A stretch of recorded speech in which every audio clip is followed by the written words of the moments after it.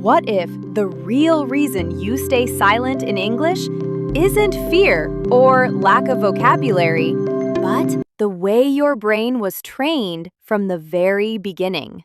Think about that for a second, because if that's true, then pushing yourself harder isn't the solution.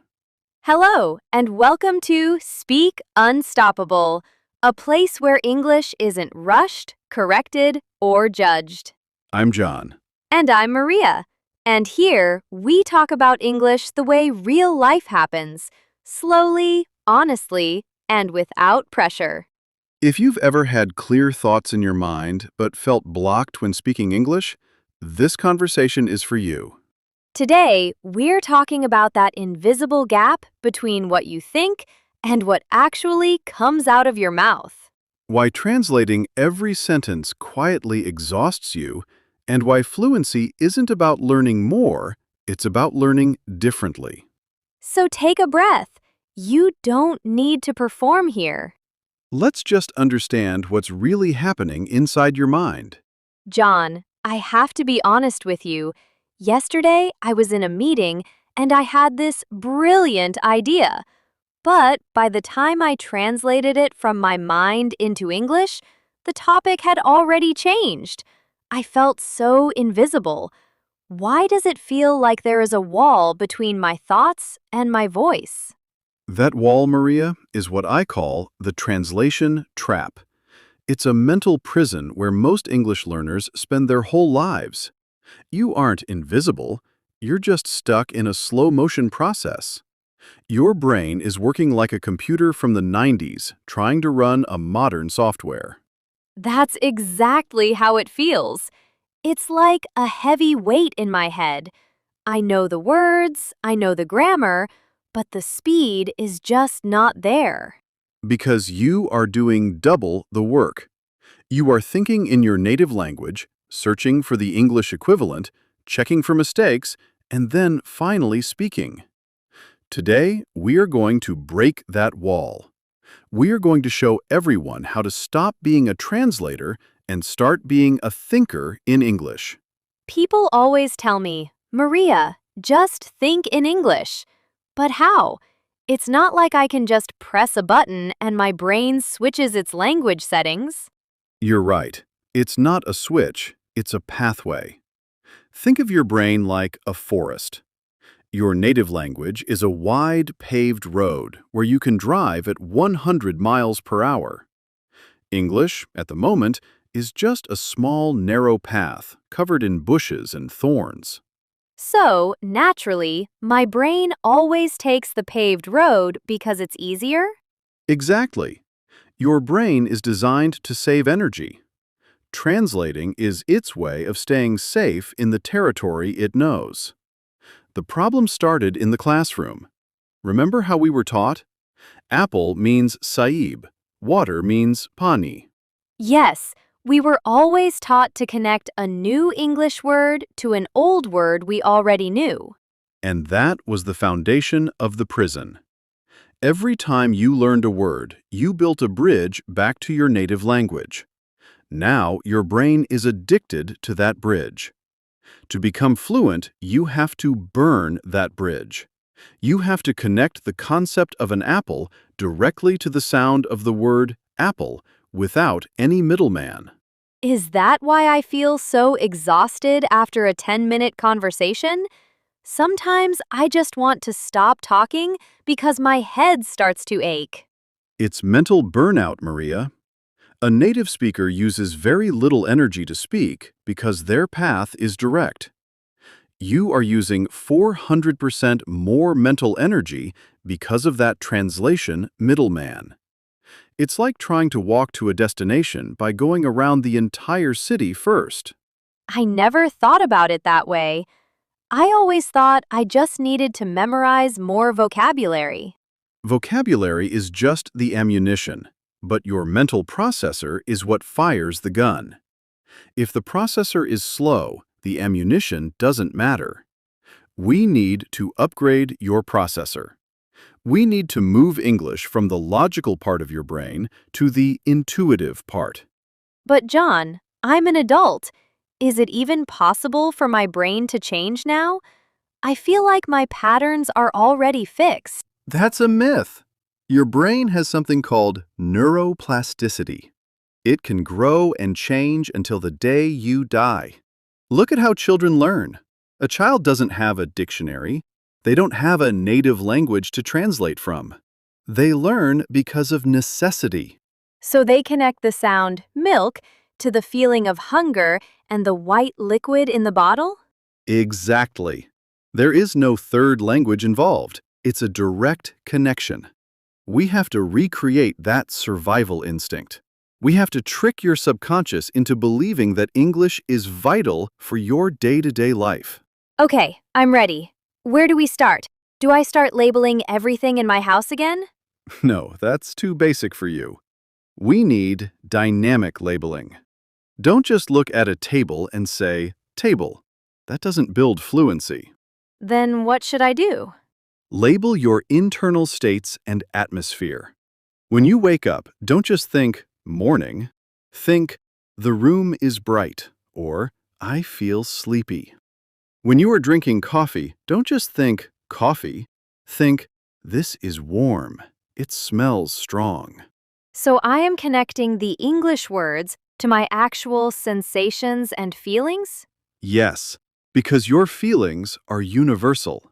They don't have a language. By labeling your feelings in English, you are teaching your brain that English is the language of your reality. This is the first step to making English your default mode.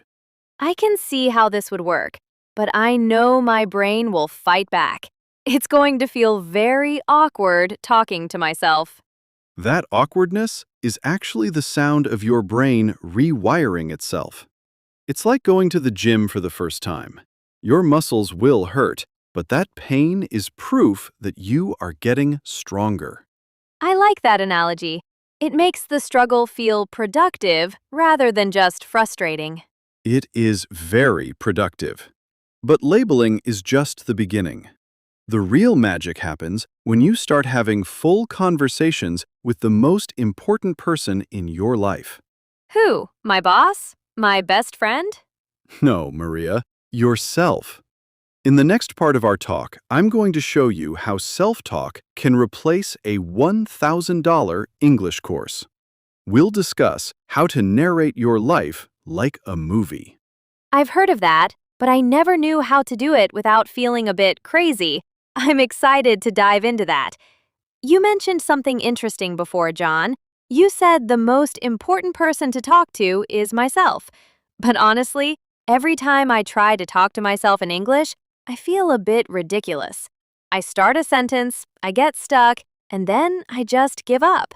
How do I get past that initial embarrassment? It's a common hurdle, Maria. The reason it feels ridiculous is that you're trying to be perfect. You're trying to give a speech to an audience that doesn't exist. Self-talk isn't about public speaking. It's about internal narration.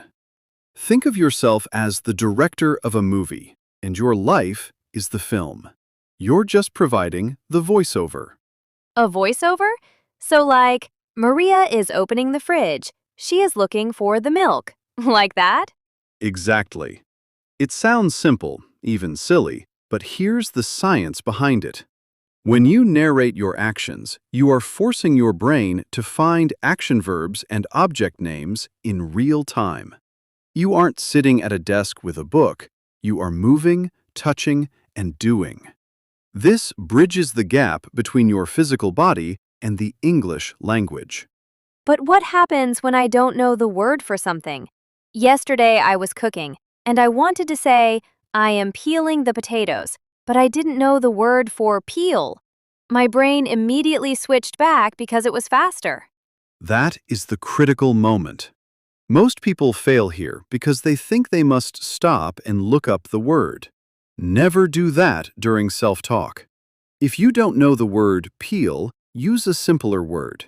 Say, I am taking the skin off the potato. Taking the skin off. Okay, I can do that.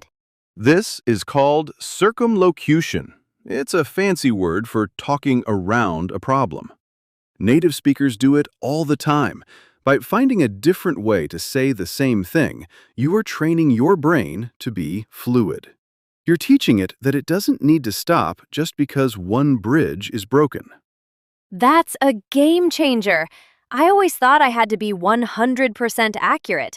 But John, even if I talk to myself, I still live in an environment where everyone speaks my native language. As soon as I step out of my room, English disappears.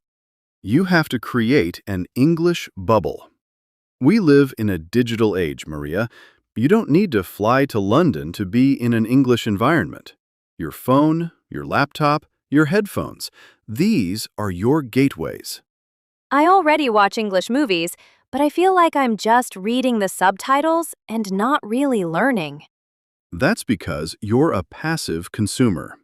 You need to be an active participant. Change your phone's language setting to English. It sounds small, but you check your phone hundreds of times a day. Every time you see settings or notifications, your brain is absorbing English as a functional tool. So it's about making English unavoidable? Precisely. You want to reach a point where your brain realizes that it cannot escape English. Listen to English podcasts while you're driving or doing chores. Don't worry if you don't understand 100% of it. The goal is to get used to the music of the language, the rhythm, the intonation, and the flow. The music of the language. I like that. Sometimes I do notice that native speakers have a certain bounce in their speech that I don't have. That bounce comes from subconscious absorption.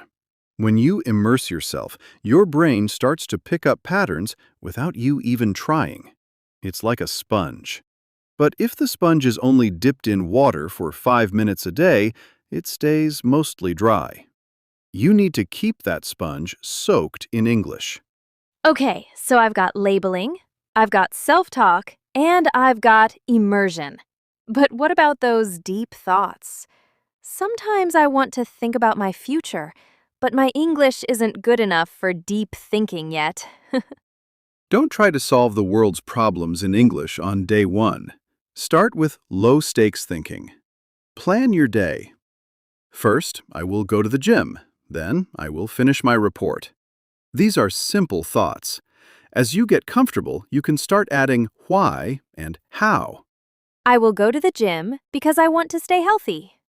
Exactly. You're adding layers. You're building the muscle. If you try to lift 100 kilograms on your first day at the gym, you'll hurt yourself.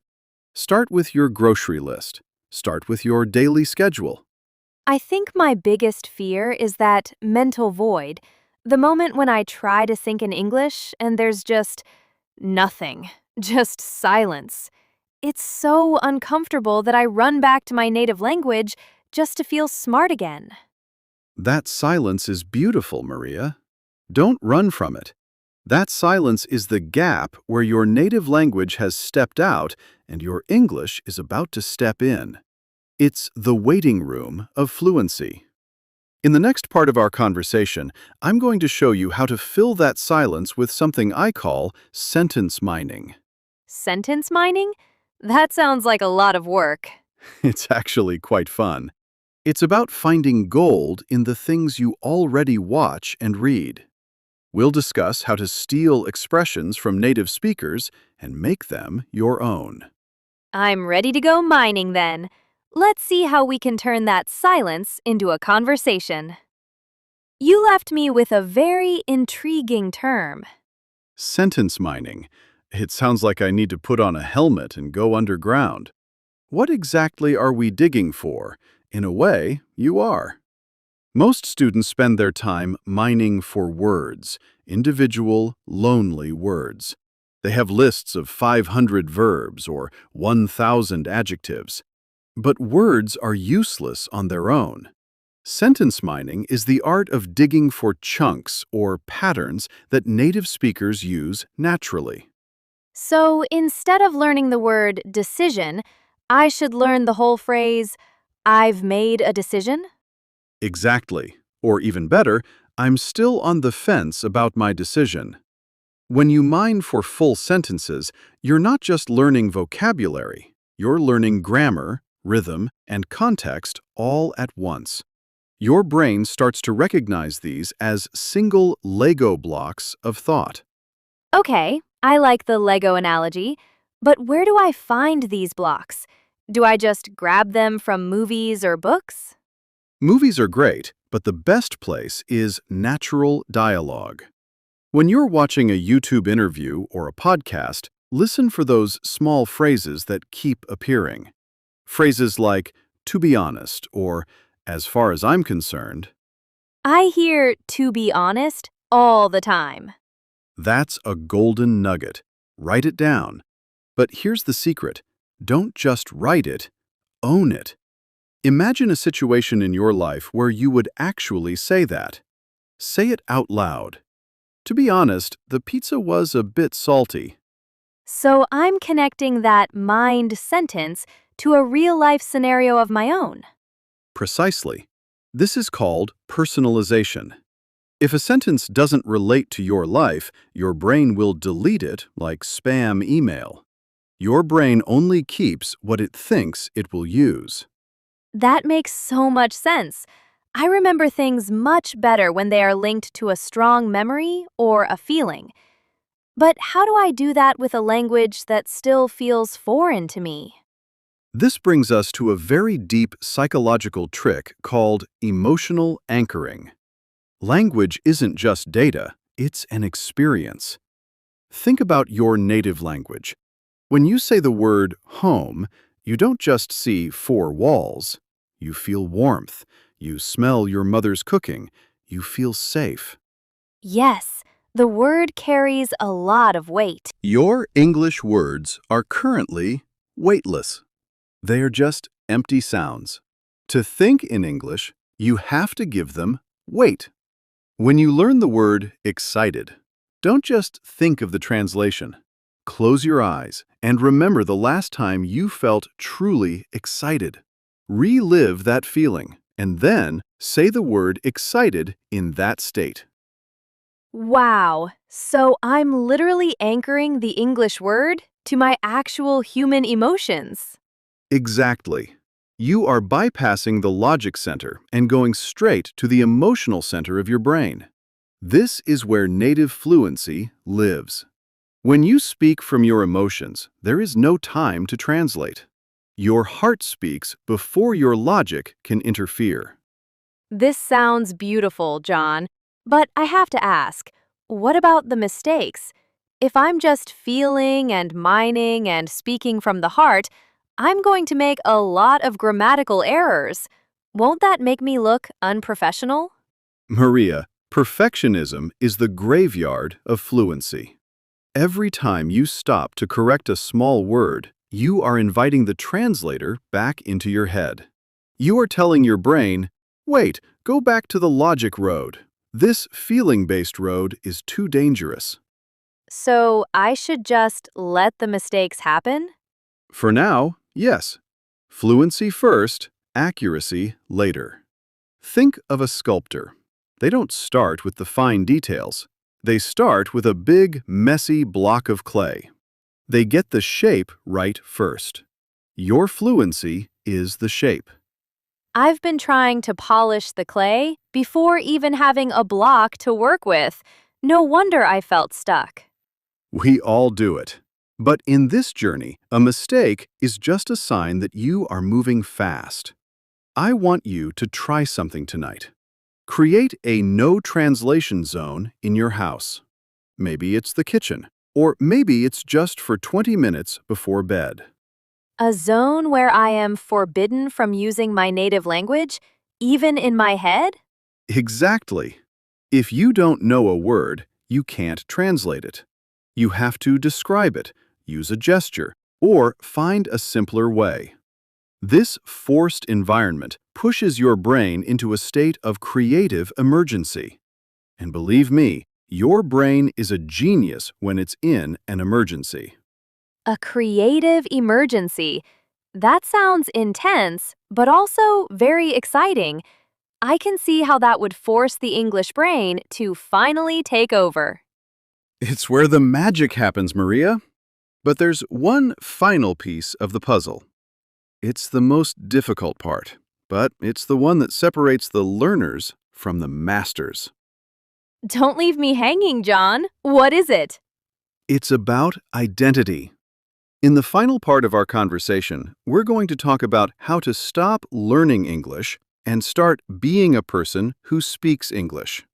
We're going to discuss the identity shift. That sounds deep. I'm ready to change who I am to become who I want to be. John, you mentioned something at the end of our last session that really stuck with me. You talked about an identity shift. Does that mean I have to change who I am to speak English fluently? It's not about changing who you are, Maria, but changing how you see yourself. Most people say, I am a learner trying to learn English. That identity keeps you tied to your native language. You always feel like a guest in the English world. To think in English, you must say, I am an English speaker. But doesn't that feel a bit fake? Especially when I still make mistakes? Fake it until you become it. Think about a person who decides to become a runner.